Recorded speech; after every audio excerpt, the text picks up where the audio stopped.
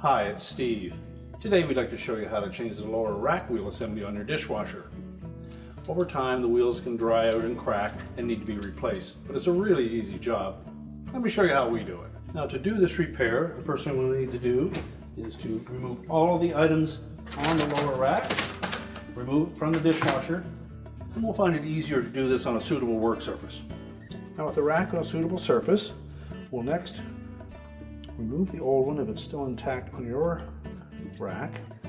You just need to press in on these little tabs, release them from the lower wire while gently pushing down on the top. That will pop them off. Just slide it out.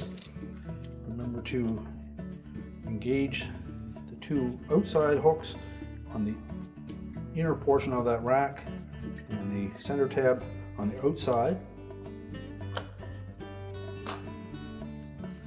And then press it firmly down into place. And now we can put the rack back in the dishwasher. We'll just open the dishwasher back up. Place the lower rack on the door and slide it back in. And your repair is complete.